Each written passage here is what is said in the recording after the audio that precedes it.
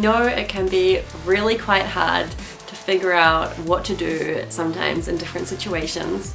So I've had a bit of experience making difficult decisions as well. So I thought I might share some of my top tips of how I go about coming through with the right decision.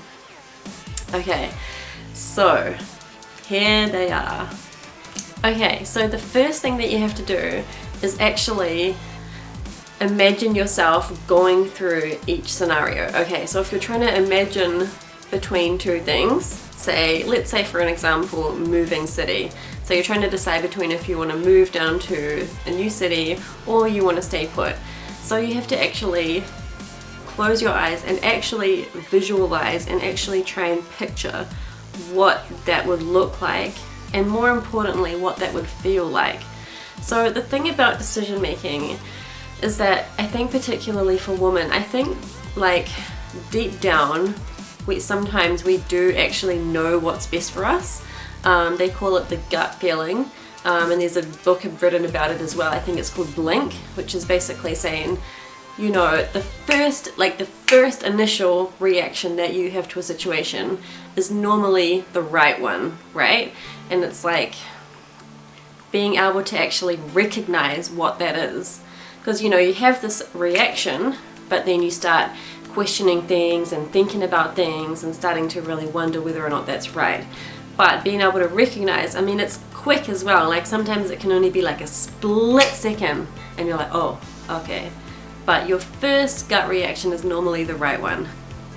Okay, my second strategy that I use to come up with answers for making a difficult decision is, I'm sure you've heard it all before, but writing down a pros and cons list, or a benefits list. So this can actually really help if you're going through over stuff in your mind and you're having a hard time trying to think of everything and follow, you know, all the different, you know, things to take into consideration. It can really help just to actually write it all down in front of you. Like get a big old A4 sheet, you know, divide it up into big sections and put, you know, first option, pros, cons, second option, pros, cons. And when you can actually see all the different options in front of you, you can actually see, you know, how much negativeness there is for one option compared to there's a lot of pros for this side. You know, when you can see it actually black and white in front of you, then it can actually really help to just like come to the right conclusion and see, okay, yeah, that really is not very practical or really doesn't make a lot of sense. Okay, the third thing that you have to do when trying to think of a difficult decision, right, is to make sure that you've actually taken everything into consideration. So actually thoroughly do your research on what it is that you're trying to decide about. For example, if you're trying to move to a new city, you know, look into, you know, where you would stay, what kind of job you would have, like how things would actually work out, how would you get there, can you afford to get there? You know, make sure you've actually thought the whole thing through and you're not just, you know, getting excited by the idea of it, but make sure you've actually researched the reality of what is happening. So yeah, so that could be one example. Or if you're trying to, you know, decide between maybe taking on a new job, you know, what's the culture like? What are the people like? What's the boss like? What are they offering? Like, make sure you've actually thoroughly thought through what that would mean. Okay, and number 4 is actually leading on from my last point about taking everything into consideration, is that if you're still stuck on everything, then you could look into getting a second opinion, right? So, you know, is there maybe a counselor you could go through everything with, or is there a family member that you could get an opinion on, or you could get, you know, go through it with your best friend or your partner. Obviously, you know, it's not up to them. You have to come to the decision yourself. But by speaking out things aloud and actually just talking about it with someone, they can sometimes bring up things that you maybe hadn't thought of, or they could point something out that you hadn't considered. So, you know, if you are still really stuck after doing these options, then one thing that you could think about is maybe getting a second option from someone that you trust. Okay, and last but not least, number 5, how do we come to a conclusion for a difficult decision, is actually a really interesting technique that I learned actually not that long ago from someone in my family.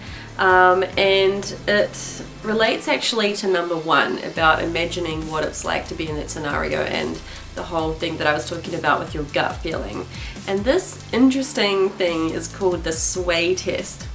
Right, so basically it sounds a little bit like airy-fairy, but I think it does actually work. And what you basically do is you stand in one spot, so I'll turn to the side like this, right?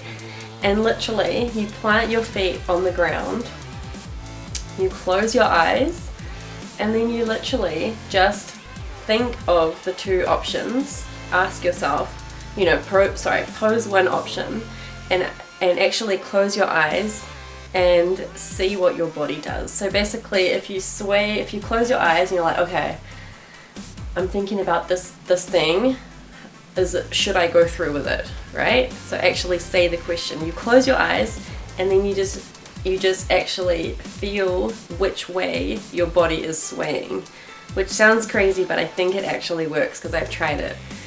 And so if you feel yourself kind of slowly swaying onto the balls of your feet like that, then it means yes, do it, because it's like, yes, you should do it. You're like, your gut feeling is quite literally pulling you forward, right?